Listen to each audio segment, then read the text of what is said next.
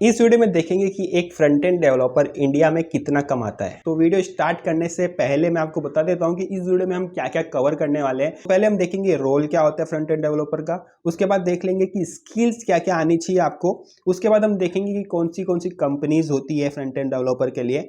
फिर नेक्स्ट है सैलरी की हम बात करेंगे जो कि मेन एस्पेक्ट इस वीडियो का। नेक्स्ट है एक्सपीरियंस, अगर आप कौन से एक्सपीरियंस पे हो तो कौन सी सैलरी आपको मिलेगी।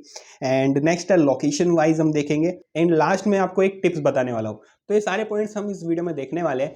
अगर मेरी वीडियो आपको थोड़ी सी स्लो लग रही है तो आप सेटिंग के अंदर जाके इस वीडियो की स्पीड बढ़ा सकते हैं, क्योंकि कुछ लोग होते हैं जिनको स्लो अच्छी लगती है, किसी को फास्ट अच्छी लगती है, तो आप अपने अकॉर्डिंग स्पीड एडजस्ट कर सकते हैं। तो पहले समझ लेते हैं कि फ्रंट एंड डेवलपर का रोल एंड रिस्पॉन्सिबिलिटी क्या होती है। अगर आप एक कंपनी में फ्रंट एंड डेवलपर हो तो आपको वेबसाइट के जो टेम्पलेट्स होते हैं, यूआई डिज़ाइन जो होती है, वो सारी चीज़ें बनानी होती है। और जो वेबसाइट का जो फ्रंट एंड का पार्ट है, यानी कि जो ब्राउजर पे हमको शो होता है जब वेबसाइट खुलती है, तो उसका जो यूआई पार्ट होता है, यूजर इंटरफेस पार्ट होता है, वो सारी चीज़ें एक फ्रंट एंड डेवलपर देखता है। तो फ्रंट एंड डेवलपर का रोल यही होता है कि वो वेबसाइट के अंदर क्लाइंट साइड देखता है, यानी कि जो यूजर को वेबसाइट दिख रही है उसमें बटन्स के एनिमेशंस हो रहे हैं, कलर कॉम्बिनेशंस हो रहे हैं, एंड किस तरह से होवर करने पे क्या इफेक्ट आ रहा है, कौन से क्लिक पे कौन सा पेज खुलेगा, वो सारी चीजें एक फ्रंट एंड डेवलपर देखता है। अब हम स्किल्स पे बात कर लेते हैं कि आपको कौन सी स्किल्स आनी चाहिए as a front end developer. Front end developer के अंदर जो मोस्ट इंपॉर्टेंट स्किल है वो है जावास्क्रिप्ट। नेक्स्ट है HTML, CSS, jQuery, Bootstrap, Angular JS, React JS, Vue JS, GitHub and उसके कमांड्स। तो ये सारी चीज़ें आपको आनी चाहिए अगर आप एक फ्रंट एंड डेवलपर बन रहे हैं तो जावास्क्रिप्ट इसके अंदर एक बेस लैंग्वेज बनेगी आपकी, और जो मैंने रिएक्ट और एंगुलर की बात की थी वो इसके फ्रेमवर्क है। तो फर्स्ट आपको जावास्क्रिप्ट कंप्लीट करना है, तो उसके बाद आपको फ्रेमवर्क पे जाना है। आपको डायरेक्टली जंप आउट नहीं करना है कोई भी फ्रेमवर्क के ऊपर। ये शॉर्ट टर्म में ईजी रहेगा, अगर आप कोई फ्रेमवर्क सीख रहे हो रिएक्ट एंगुलर तो आपको शॉर्ट टर्म में बहुत अच्छे लगेंगे, बट आप लॉन्ग टर्म में जब देखोगे तो आप फ्रस्ट्रेटेड हो जाएंगे, क्योंकि जावास्क्रिप्ट बेस है और आपको बेस ही नहीं आते तो कोई मतलब नहीं है। तो फर्स्ट आप फंडामेंटल्स स्ट्रॉन्ग कीजिए HTML, CSS, जावास्क्रिप्ट के साथ, एंड उसके बाद आप फ्रेमवर्क या किसी लाइब्रेरी पे जाइए। अब बात कर लेते हैं कि कितनी टाइप्स की कंपनी होती है। अगर मेजरली देखा जाए तो there are two types of company. First service based company and second is product based company. Service based company वो होती है जो अपने कस्टमर को सर्विस देती है, एंड प्रोडक्ट बेस्ड कंपनी वो होती है जिसका खुद का एक प्रोडक्ट होता है। एग्जाम्पल के थ्रू हम समझे तो एक सर्विस बेस्ड कंपनी आप TCS, विप्रो, जो कि एक क्लाइंट को सर्विस दे रही है, यानी कि उनके पास क्लाइंट है, जैसे कि डीमार्ट एक कंपनी है, एक प्रोडक्ट है। तो डीमार्ट की एक वेबसाइट है और उस वेबसाइट को वो खुद हैंडल नहीं करते क्योंकि वो उसका डोमेन नहीं है, उसका डोमेन है रिटेल का। तो वो पूरा फोकस करता है अपने रिटेल वाले बिजनेस में, ना कि वेबसाइट पे। तो वो क्या करेगा, वो अपनी वेबसाइट एक सर्विस बेस्ड कंपनी को दे देगा, TCS, विप्रो एक्सेट्रा। तो ये जो कंपनीज है उसकी वेबसाइट को हैंडल करेगी। तो यही हो रहा है कि एक सर्विस बेस्ड कंपनी किसी पर्टिकुलर क्लाइंट को सर्विस दे रही है, तो वो सर्विस बेस्ड कंपनी है। अब बात करते हैं प्रोडक्ट बेस्ड कंपनी। तो प्रोडक्ट बेस्ड कंपनी का एक खुद का प्रोडक्ट होता है, जैसे कि Amazon, गूगल, माइक्रोसॉफ्ट, इनका एक खुद का प्रोडक्ट है। तो ये अपने प्रोडक्ट के ऊपर काम करती है। तो Amazon की अगर आपने साइट देखी होगी तो उसका खुद का प्रोडक्ट है, वो उसी पे काम कर रहा है, वही उसका डोमेन है। तो ये है डिफरेंस सर्विस बेस्ड कंपनी का और प्रोडक्ट बेस्ड कंपनी का। इसके ऊपर हम आगे बात करेंगे कि आपको किसके अंदर काम करना चाहिए और किसके अंदर ज्यादा सैलरी मिलती है, सर्विस में या प्रोडक्ट में। तो वो हम आगे के पॉइंट में देखेंगे। नेक्स्ट है सैलरी का। अब हम देखेंगे कि किस कंपनी के अंदर कितनी सैलरी मिलती है और एवरेज सैलरी क्या आती है एक फ्रंट एंड डेवलपर की इंडिया के अंदर। तो अगर हम एक फ्रंट एंड डेवलपर की एवरेज सैलरी देखें तो 3 लाख से 7 लाख के बीच में एक एवरेज निकल के आता है।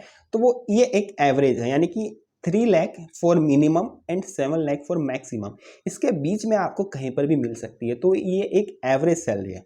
अब हम बात करते हैं कंपनी वाइज आपको किस तरह से सैलरी मिलेगी। तो पहले हम सर्विस बेस्ड कंपनी की बात करते हैं, जैसे कि विप्रो के अंदर आपको 5.2 लाख पर एनम की सैलरी मिल सकती है। नेक्स्ट है TCS। तो TCS में 4.7 लाख पर एनम है। उसी तरह इन्फोसिस, तो इन्फोसिस के अंदर भी 4.7 लाख पर एनम है। हम बात कर ले प्रोडक्ट बेस्ड कंपनी की, तो Amazon के अंदर 7.60 LPA जो कि महीने का हो जाता है 63,000 समथिंग। एंड नेक्स्ट माइक्रोसॉफ्ट जो कि 6 लाख पर एनम देता है, जो कि महीने का हो जाता है 50,000 रुपया। तो ये जो सैलरी जो निकल के आती है वो एक एवरेज डेटा पे निकल के आती है, एकदम एक्यूरेट नहीं है कि आपको इतना ही मिलेगा। हो सकता है कम मिल सकता है, हो सकता है ज़्यादा भी मिल जाए।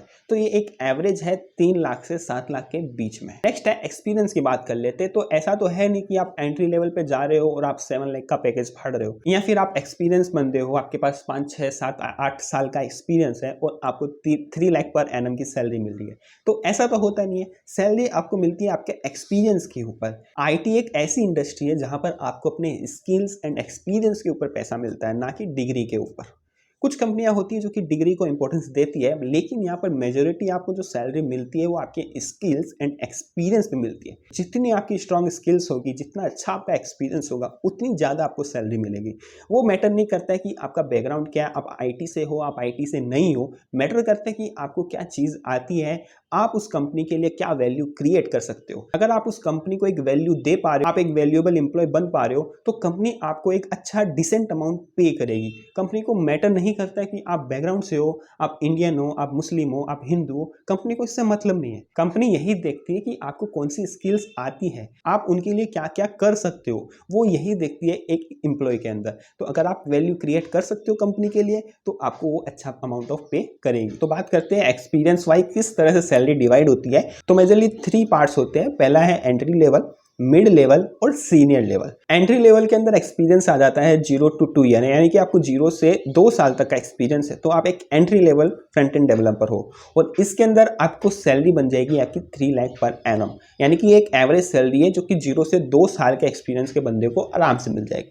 नेक्स्ट आता है मिड लेवल। ये 2 से 5 साल तक का एक्सपीरियंस इसका टेन्योर होता है, यानी कि अगर आपके पास 2 साल से 5 साल का एक्सपीरियंस है तो आपको 2 से 8 लाख पर एनम आराम से मिल जाएगा। नेक्स्ट बात कर लेते हैं सीनियर लेवल की। तो सीनियर लेवल यानी कि 5 से 7 साल का आपको एक्सपीरियंस है, तो इसके अंदर आपको 8 लाख पर एनम से जितना आपकी स्किल्स है उस हिसाब से आपको मिल जाएगा। तो इसमें कोई क्राइटेरिया नहीं है आपको, मतलब स्टार्ट 8 लाख के ऊपर आप समझ सकते हो, फिर आपके पास कितना अच्छा एक्सपीरियंस है, कितनी आपकी स्किल्स है, क्योंकि आप 5-6 साल इस फील्ड में हो, इस इंडस्ट्री में हो, तो आपके पास एक अच्छा एक्सपीरियंस आ चुका है। और जब आप इतना टाइम इस काम को कर रहे हो तो आपके पास स्किल्स भी है, तो आप इतने लंबे समय से एक काम को कर रहे हो, इस काम को कर रहे हो, तो आपकी जो स्किल्स है वो भी स्ट्रांग हो चुकी है।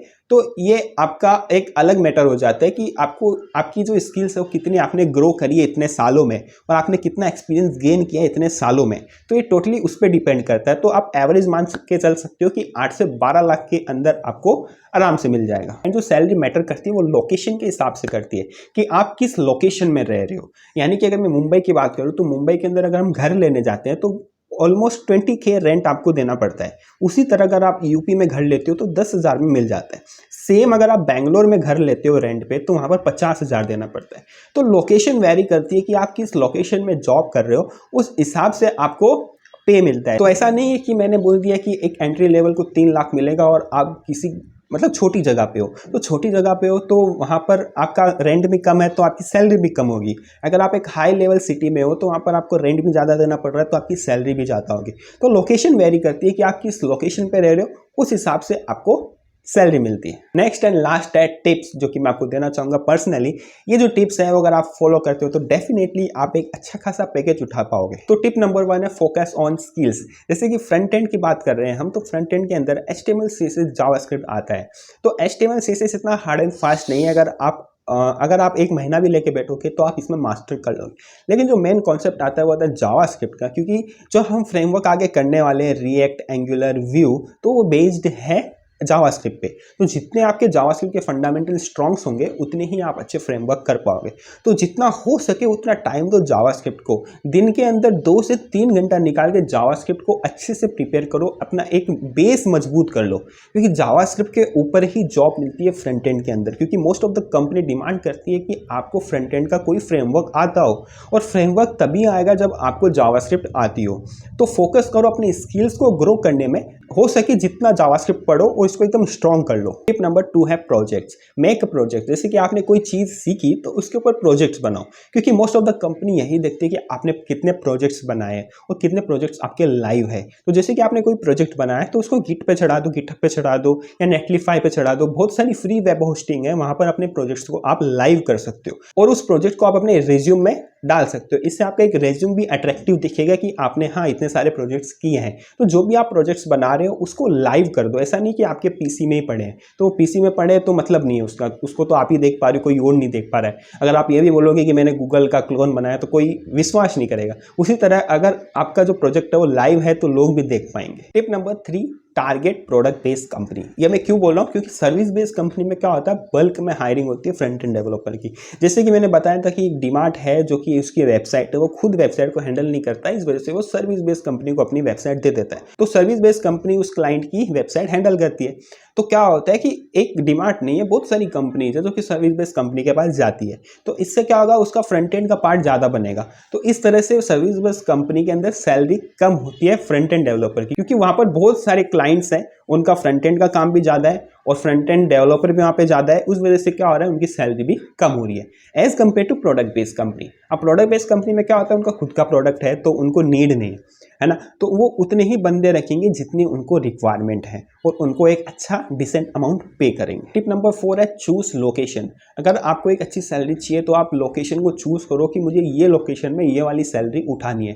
तो उस हिसाब से आप देख लो कि अगर आप कहीं बैंगलोर जा रहे हो, मुंबई जा रहे हो, तो आप देखो अगर आपके वहीं कोई रिलेटिव्स रहते हैं तो आप वहां पर आप पेन गेस्ट रह सकते हो। टिप नंबर 5 है मल्टीपल्स ऑफर। जैसे कि आपने मल्टीपल जगह अप्लाई करके रखा है, एक कंपनी, दो कंपनी, तीन कंपनी, ए बी सी हम ले लेते हैं। तो ए कंपनी का अगर आपको ऑफर आ गया 10 लाख का, तो आप बी कंपनी के पास जाइए और बी कंपनी को बोले कि मुझे इतने का ऑफर है, इफ अगर आप देते हो तो मैं आपके पास आता हूँ, नहीं तो कोई बात नहीं, मुझे यहाँ तो इतना तो मिल रही है। अगर वो कंपनी एग्रीड हो जाती है और उसी दौरान आपको तीसरी कंपनी से भी ऑफर आ जाए तो आप उस कंपनी को भी ऑफर दिखा सकते हो कि मुझे दो कंपनी से इतना ऑफर आया है, अगर आप दे सकते हो तो ठीक है, नहीं तो मैं उनके पास जा रहा हूँ। तो इस तरह से आप मल्टीपल्स ऑफर रखो अपने हाथ में। इससे क्या होगा, आपके जो सैलरी के इंक्रीज होने के जो चांसेस है वो ज़्यादा हो जाते हैं। तो इस वीडियो को हम यहीं स्टॉप करते हैं। इस वीडियो को अगर आप लाइक करोगे तो मुझे दिल से बहुत अच्छा लगेगा। और अगर आपको कोई डाउट है, कोई भी क्वेश्चंस पूछना है मुझसे, तो नीचे कमेंट बॉक्स तो है ही, जो भी आपके क्वेश्चंस है आप मुझे कमेंट बॉक्स में कमेंट कर सकते हो। तो मैं नेक्स्ट वीडियो में उसका सॉल्यूशन आपको या आंसर आपको दे दूंगा। तो तब तक के लिए इस चैनल को सब्सक्राइब भी कर लेना, क्योंकि मैं इसी तरह की वीडियोस आपके लिए लेके आता हूँ। और हाँ, अगर आप डिजिटल मार्केटिंग या ऑनलाइन पैसा कैसे कमाएं वो सीखना चाहते हैं तो मेरा एक छोटा सा चैनल और है, दीपक जानीवाल 2.0, लिंक आपको डिस्क्रिप्शन में मिल जाएगा। तो आप उसको भी विजिट कर सकते हैं, वहाँ पर मैं डिजिटल मार्केटिंग रिलेटेड वीडियोज़ बनाता हूँ, तो देख सकते हो आप। तो मिलते हैं नेक्स्ट वीडियो में। Thank you.